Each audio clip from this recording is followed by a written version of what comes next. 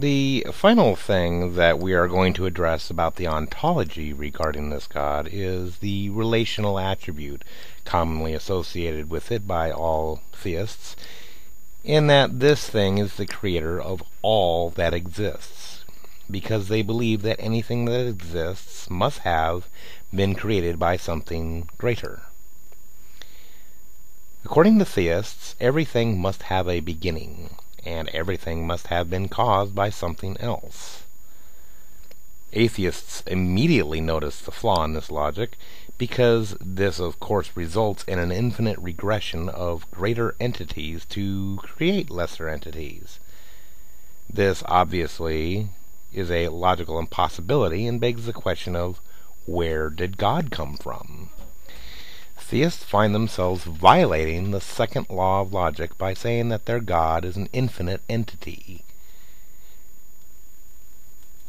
According to Occam's razor, with all factors having an equally plausible explanation, the simplest explanation is by far the most likely correct. So let's look at the factors that we have. On one hand, we have the theist claim that an intelligent entity of unexplained origin, substance, or appearance has always existed in a universe that required a creation of all that exists. On the other hand, we have the atheist claim that an unintelligent bunch of matter has always existed, and through natural means things have developed into what they are today.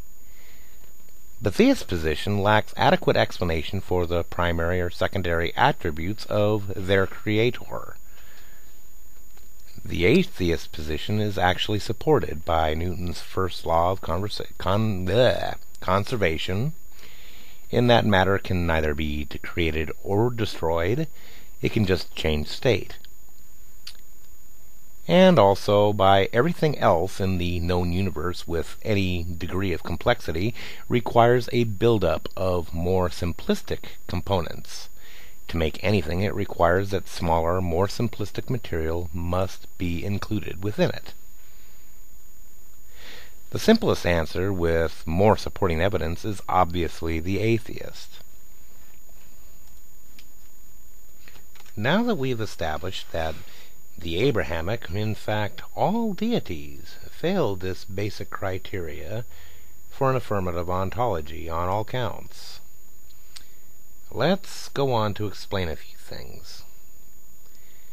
There are some theists out there that question why atheists ask such a question. Some theists believe that this is a childish prank or an infantile question to ask. Well, let's establish why this question is being posed to begin with. For hundreds of years, the establishment held an iron grip on the masses, dictating governing policy, educational upbringing, thereby stifling scientific discovery, innovation, and the overall progress of the human condition.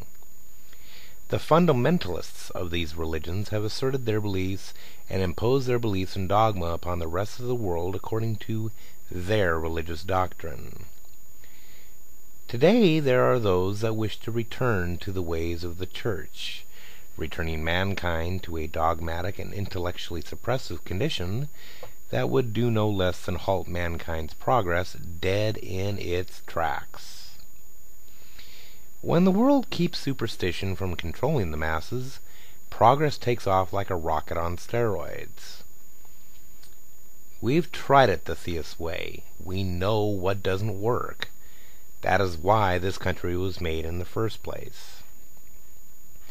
For thousands of years, religions such as Judaism, Christianity, and Islam have claimed that it is imperative that belief in this creature is of the most life and death importance. So important, in fact, that every man, woman, and child must forget all that they believe, all that they have learned, and all that they know. So, if this is so important that we must be willing to forego the betterment of mankind in hopes for an eternal life beyond, we have to start from the beginning, as we should have thousands of years ago. For everything else in our known reality, this requirement is a necessity to begin the process of understanding.